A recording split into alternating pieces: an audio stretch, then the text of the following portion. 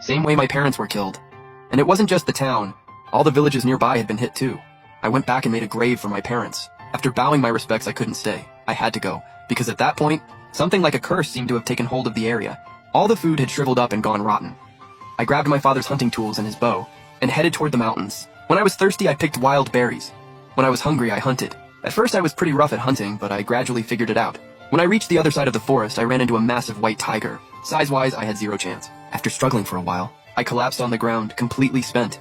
The white tiger lunged at me with its jaws wide open. As my vision started to blur, one thought burned inside me. I have to survive. Fueled by that raw will to live, my left eye's pupil split in two right then and there. A massive surge of pressure exploded from my body. The Heavenly Eye had awakened. The entire Righteous Alliance erupted again. None of them expected the Heaven-Earth Emperor to have already had a Heavenly Eye. The Heavenly Eye alone was already an unbeatable path. And Binding Bing cried out in disbelief.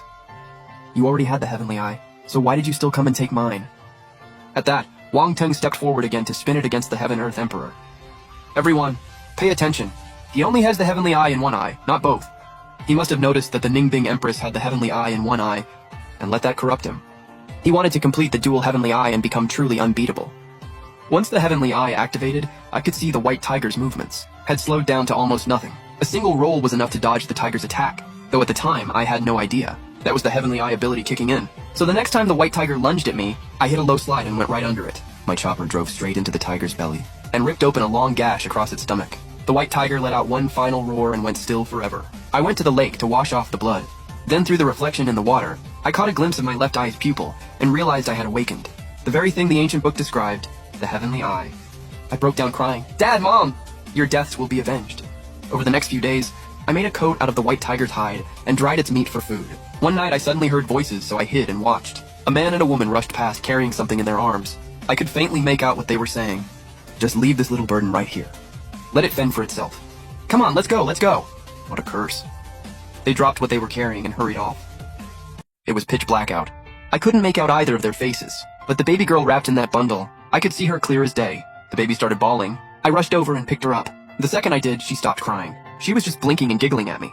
I couldn't understand it.